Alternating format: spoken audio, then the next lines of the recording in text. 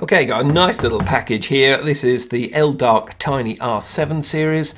Comes with a plug and play, or you can obviously choose your receivers as well. I'm going to bind it up to my Tyrannus here, and so I've gone for the FHSS D16 one, and it's a really nice, just want to show you the box. I mean, they've done these for ages, but I always like to make sure that you actually see what you're getting for your hard-earned cash, and it's even got a built-in charger and everything. It's really nicely done. You can pop the top bit, and then you can get into all your spare bodies and everything. You get 3 spare bodies, spare props and everything, and I'll run through everything when we get it out on the bench.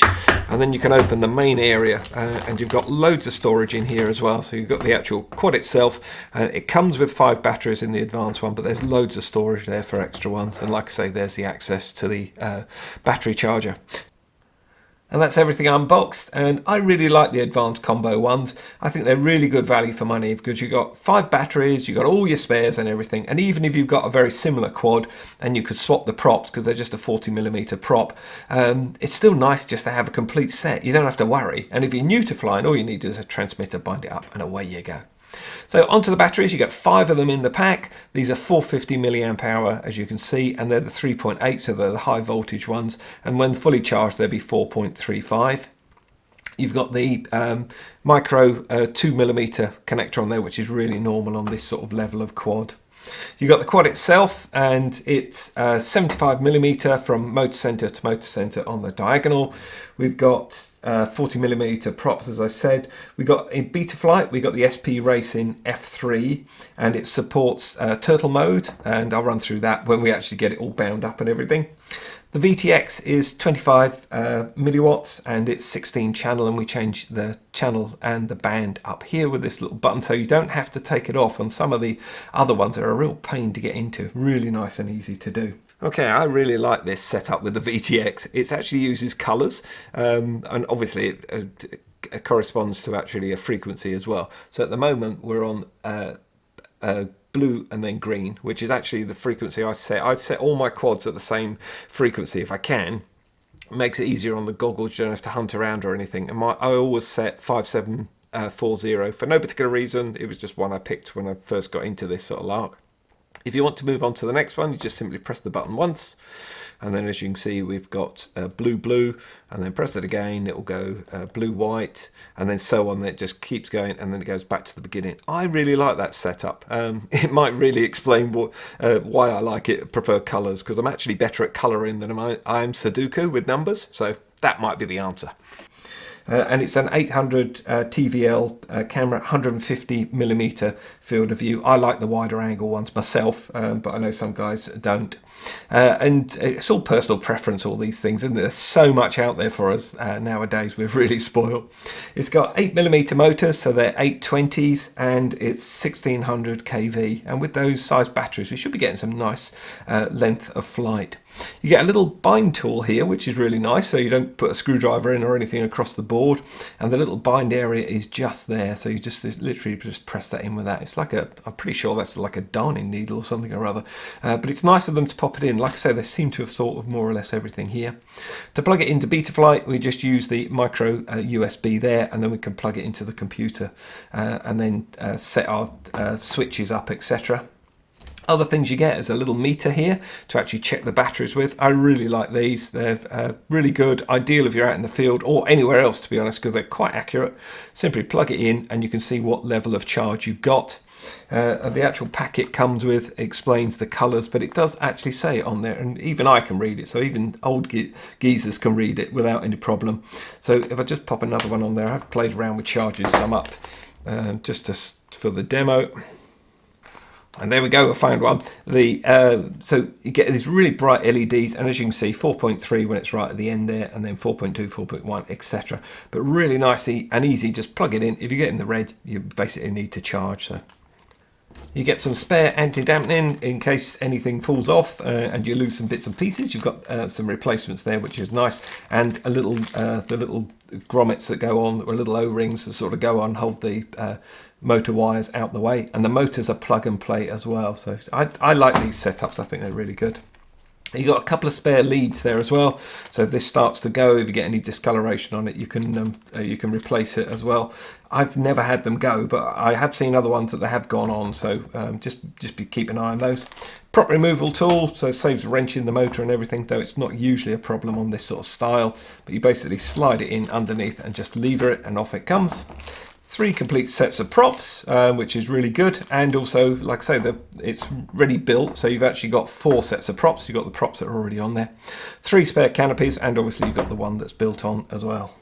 You also get the instructions, which are exactly the same.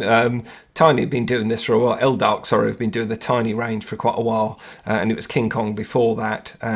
These are in Chinese and in English, and it does run through everything here for you. I think their instructions are pretty good. You can also get the one with the actual transmitter as well, and then it runs through everything there, even setting up for BetaFlight and everything. Okay, on to another thing that I really like with this lunchbox style, with everything on board and a charger as well. I think this is really awesome. You've got a nice little charger here. It's an intelligent charger, so you can charge up to 6 batteries at one stage. It takes the micro 2mm ones and the 1.25 ones. Its default charge is the 4.35, and that's what all the batteries that it's come with, and it actually comes with 5, like I say. You've got and it's intelligent, so if the batteries are at different levels, it will just charge them up to the final point sort of thing, and it cuts out when it's fully charged. So it's a nice, really simple system to use. Micro USB in, or you can use an XT60. I'm going to use the XT60, and it says 2 to 4 cell, but in the paperwork it also says it goes from 7 to 18 volts. So what I've done is I run a motorhome that I usually go away in quite a lot, and I like to have my little quads with me, so I can charge it up in the motorhome. Made up a little adapter plug there, straight off the 12 volt into an XT60, plug it in, and then we're away on charging, which is really nice. In the studio, I'm just going to use a 3-cell battery here. I'm just going to plug that in, and as you can see, got a quick flash of LEDs there. You simply plug and play, and it doesn't matter if you plug them in before you put in the XT60 or after. It really doesn't matter, and you can add them as you go. I've noticed. I've done a few of these actually. I quite like them. You get bright red LEDs when it's charging, and then if you've got a battery that's fully charged, the LED goes off. So that's all it will do. When it's fully charged, when it's charging, sorry, it's red. When it's fully charged, they go off. So you can take that one out, and then you can just pop another one back in, and off you go. And you just literally keep adding them. It's really nice little system. I like it. I like it a lot. Okay, so into BetaFlight. So you just connect up on the micro USB on your quad, and a USB cable obviously into your computer. There's loads of videos out how to set up BetaFlight, and I'm just literally going to run through the basics. I don't play around with mine at all. I try and fly it as it comes for the reviews. If it's howlingly wrong, then I will make an alteration. So I'm just on a reasonably flat bench, so if you need to calibrate it, I haven't calibrated this one, but you can calibrate the accelerometer. Just make sure it's dead level, then press that, and that will get you sorted. Onto the ports, and this is purely if mine was all set up all okay, but if yours isn't, this might be worth giving a try with these. After you've done any alterations, make sure you just save and reboot as well. Then on to configuration, and I've done no changes here at all. This is all exactly as it came. I'll just gradually go down through that, and then you can check everything that came with it. And anti-gravity hasn't been flicked on, but I'm going to run it without, just see how we get on. And then you can see everything else basically is flicked on down the bottom there. Again, save and reboot if you do any alterations. Power and battery, again, I left it as is. And the PID tuning, again, left as is. Again, there we go. You can always just pause it and have a look. And then onto the receiver, and with mine, I think all I had to change was this to TAER123, and that was the only thing I had to change. And I'll just scan down a bit so you can actually see the graphics working. There we go. So make sure throttle's working okay. And then the yaw, there we go. And then pitch in, and then roll in. So yeah, everything's working okay there. And again, if you've done any alterations or any switches or anything, make sure you hit the save when you've changed this over up here if you need to. onto modes, and then this is the only bit I had to set up. You decide where you're going to put it all. The arm I put on aux 1, and that's flicked forwards. It's just the way I do top left switch on my transmitter. The 3 modes of flight. Angle mode is the far right hand switch in position 1. If I put it in position 2, it goes into horizon, and then if I come down and put it into position 3, it goes into air mode. And then on this particular model, we've got a flip over after crash, which they call the turtle mode, and I've put that on the left hand switch, and I've just put it only comes on if it's in center position. So if it's in the 3rd position or the 1st position, it's off. Once you've set all these up, again, just hit the save button. And that's literally all I've done. Okay, so what's turtle mode? Well, it's a recovery mode, actually. So we've been out for a little bit of a flight, and I'll show you. On mine, I have the arm switch here. So this is disarmed, so nothing's going to happen with the throttle. If I flick it into arm, and then so you're ready to fly. We've been out, had a little bit of a flight. We've had a bit of an incident, and we're wound up upside down. So we're just sort of over like this.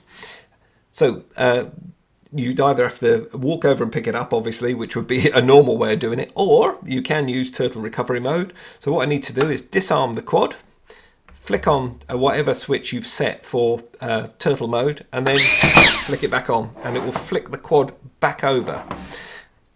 Then to actually fly again, you have to disarm it, turn off turtle mode, flick on to arm it again, and then you're off again. Now, that's great if you're on a nice flat surface, you're on some concrete, or you're indoors perhaps, but I fly a lot outside, lots of leaves, twigs and stuff like that, and grass. So if you wound up upside down and you've got something going through here, which obviously you won't be able to see, when you flick on turtle mode, it could just ruin something on your quad, which wasn't going to get damaged just by a normal incident sort of thing. The other thing I found is when I've had accidents gone into grass, like upside down, you get sort of the lens gets wet, so it's useless to fly FPV anyway, sort of thing. But I guess it's a nice little facility if you're in a nice dry area or if you're flying indoors. Okay, out for a little line of sight test with it first of all, just to give it a quick go. Obviously it's built to be a FPV flyer really, but I just thought I'd give it a quick go. You've got one LED at the back that is really usable, the other ones are just to identify that you're bound and everything, and also the channel and the band of the VTX. So but literally it's just that one at the back. So you've got an arm and then up and away. So this is in stabilised mode. Well, actually got a fair old bit of pitch on it. Yeah, it really has. Nice. Oh, it gets a shift on as well, we like. Nice.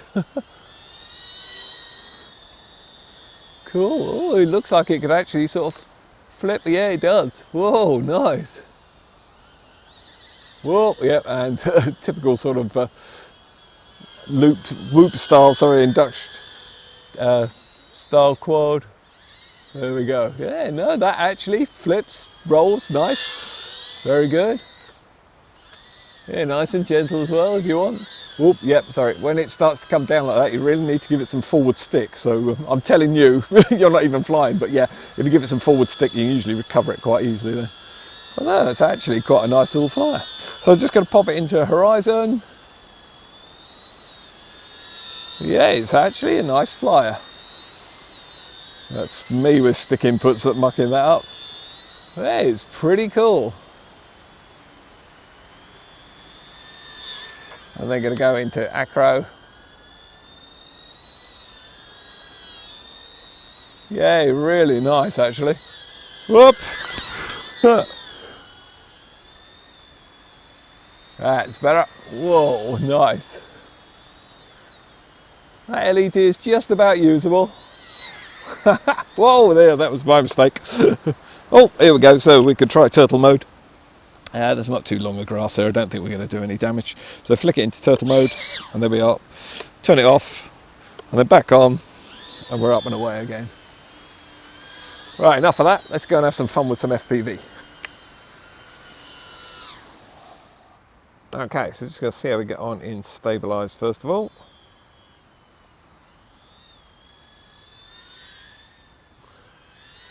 As you would expect, a nice little flyer.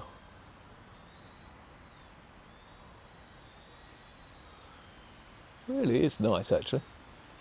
Camera seems pretty good too. I haven't flown FPV for ages.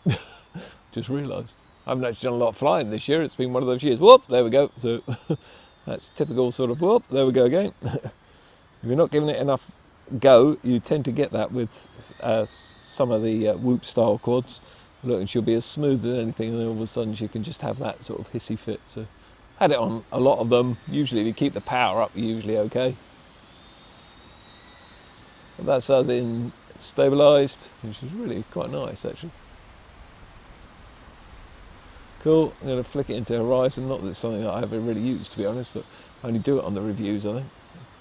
I still, whoop, there we go again. I think we're going to be better in acro with this. I'm going to just flick it into acro now. So there we go, we're in acro. I know we should be okay.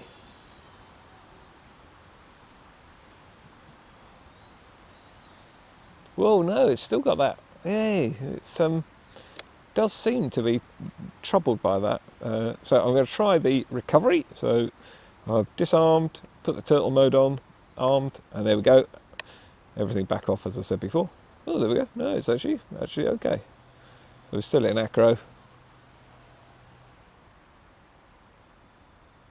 House always has that massive interference with it. Okay, so what do I think of it? Well, have a look at the footage that I'm going to run while I'm doing this, and I'll probably run some afterwards, because I have put battery after battery through this thing, and it is awesome fun. I've really enjoyed it. Yes, there's probably better quads out there. Yes, there's definitely worse quads out there, but actually, just as a complete package that you can just go out and have a lot of fun with, I actually really liked it. It's probably built more as an indoor fly, to be perfectly honest, because its size and its power and everything. But I'm an outdoors sort of person, so I've flown it outdoors loads. I also did some indoor flights for you as well, so you can check that out. It's really nice, really precise, really controllable. So that's what I love in my quads. The battery system, I love it. So you run a battery, and the batteries last 2 minutes. So you're going to get 2 minutes, 2:10 if you're really lucky, 2:15 if you're extremely lucky. But coming up for about 150, 145, you start to notice that the power's just dropping off a bit, and in the turns it's getting a bit lollopy and everything. So it's actually you get a bit of a heads up on it, and then you can bring it back to you, or it's never usually that far away, to be perfectly honest. Whack the first battery on charge, and then you're out flying your next one. So the first battery's probably got 2 or 3 minutes charge going into it. Put the next one on, and so on. And by the time you get to the 5th battery, you're actually nigh on charged on the first one, sort of thing. Not far off anyway, by the time you've moved around and had a check and cleaned the lens and everything. The lens is not scratched at all, and I've had loads and loads of bashes with it, which is great because the FPV is exactly the same as the very first flight I did on it. You may notice I've changed the props. If the prop comes off, or some of them are just a little bit looser, I've had to play around with putting them on and off sort of thing, and you can feel some are tighter than others, so they're the ones that are going to stay on, obviously. So all I've had to do is just change those two, and it's fine. It's just a little manufacturing thing with the plastic. You've got loads of spare props, so you'd actually be fine. And it might not happen on every one. It might just be I was a bit unlucky with a couple of props, that's all. No damage to the canopy. They're pretty difficult to damage anyway, but you've got the spares, or if you're a colour person, obviously you can set your colours up to look really pretty. You've got the frame has not damaged it at all, and it's been really bashed around, not intentionally. It just happens when you're flying through twigs and things, and it drops out of trees from 30 odd feet. No issues whatsoever.